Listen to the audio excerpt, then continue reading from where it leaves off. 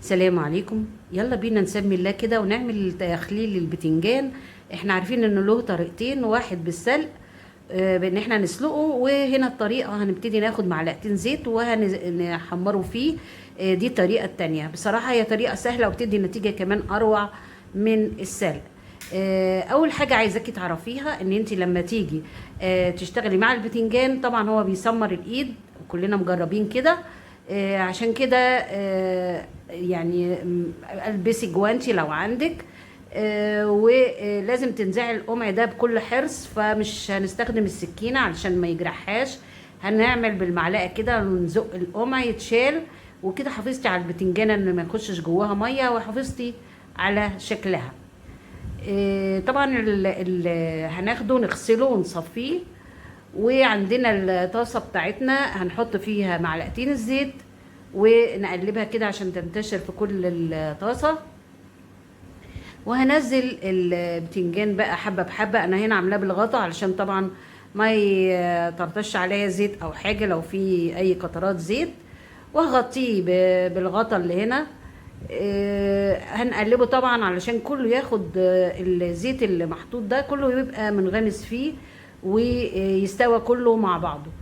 قلبته وهسيبه بقى شوية، هو ما بياخدش وقت بصراحة. هتقلبيه من وقت للتاني كده عشان تتأكدي ان كله انغمر في الزيت والحرارة. وطبعا اختبريه بقى بالمعلقة بطرفها كده في واحدة.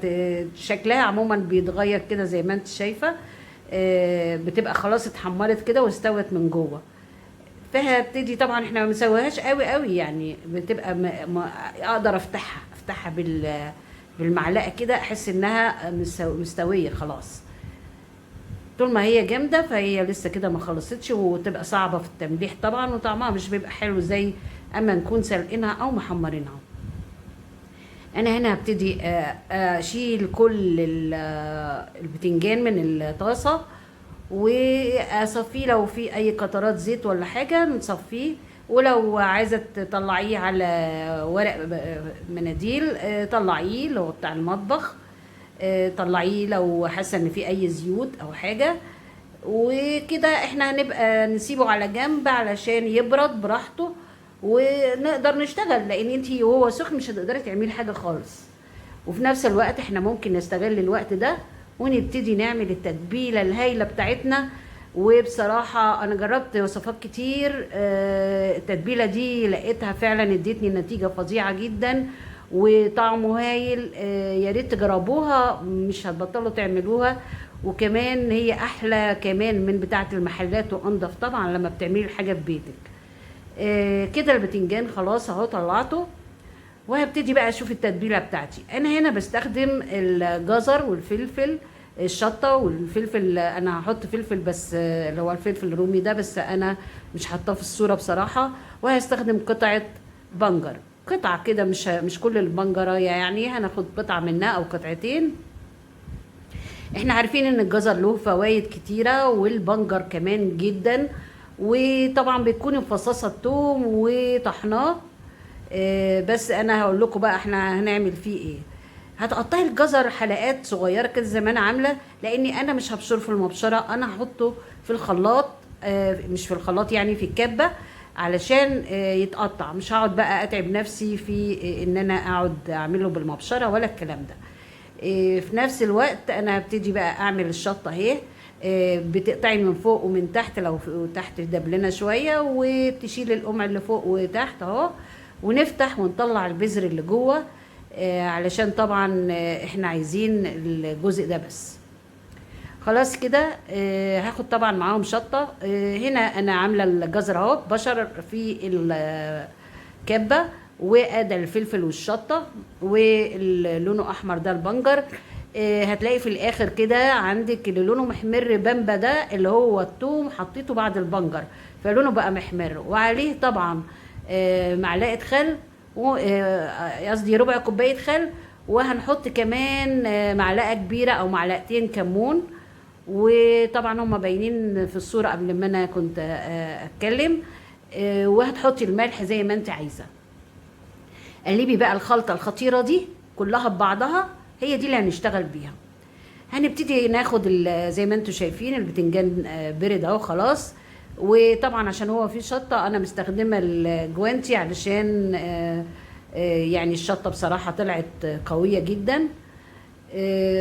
فعندك البتنجانه تفتحيها بهدوء كده وتبتدي تحطيه وتضغطي كده ضغطه خفيفه علشان يدخل في الاجزاء بتاعه البتنجان، واضمن ان هو يعني في خلال نص ساعه بيكون متملح ممكن تاكليه.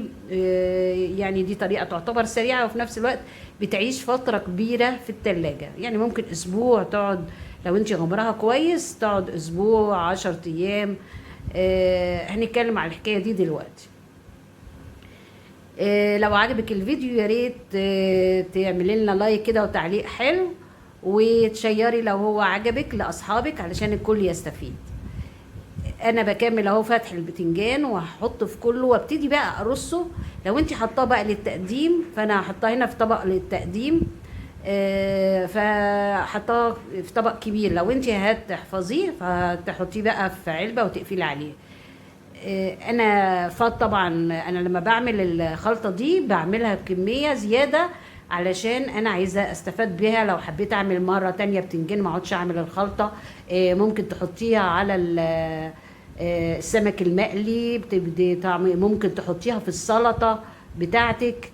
هي قيمتها الغذائيه عاليه زي ما انا قلت، جزر وتوم ومعانا البنجر وطبعا البهارات، كل دولت قيمة غذائية عالية جدا.